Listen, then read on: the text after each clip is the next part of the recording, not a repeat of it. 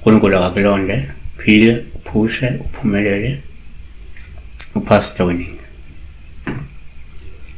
Le number ke uyoqikelela ukuthi uyisebenzisa kusongo 9 ku 5 ntambama Monday to Friday kuphela, awungathaphi nakhona yiba imember, yiba umlandeli, yiba umuntu oyixhasayo i-channel.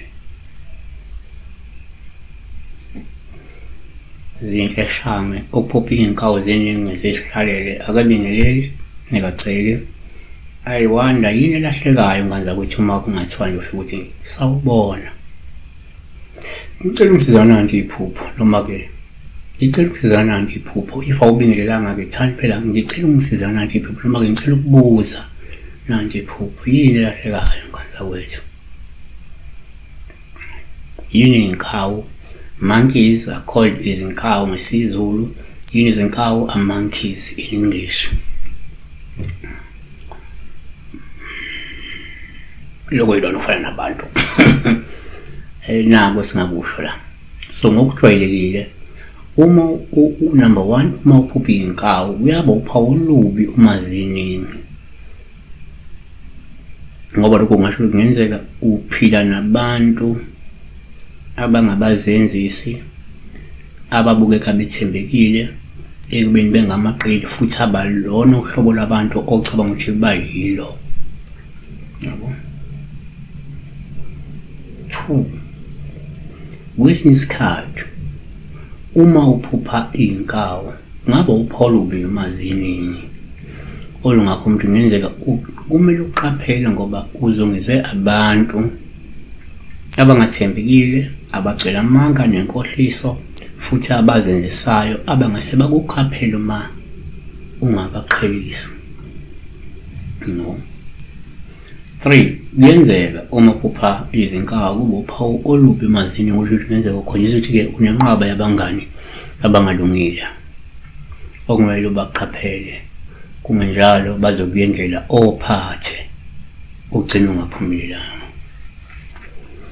Kodwa-ke nakuba-ke kunjalo, ngoba abantu bahlukene, ukhona omunye umuntu othola ukuthi ubona inkawu kuye kukhombele ukuphila nabantu abamnene, ukuphila nabantu abayithandela ukudlala, abantu aba-friendly, yayibona.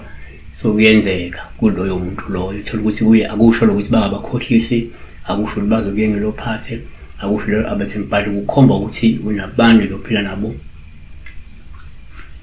abamnene, yabo, aba-friendly, abanobungani.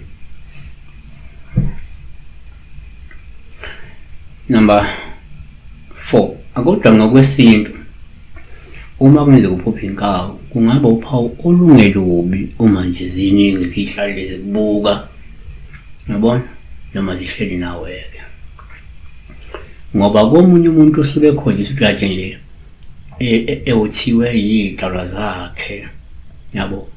Labo bantu labo thola ubona ngokwesibongo sabo inkawu bahlobana nabo, ngoba kuningi la ngaphandle kunezilwane ezingama-totem abantu. So izilwane ezingama-totem abantu abathile, noma ezingama-totem ey'bongo ey'thile, lezo lwane lezo are-considered izidalwa, are-considered amathongo akuleso sibongo.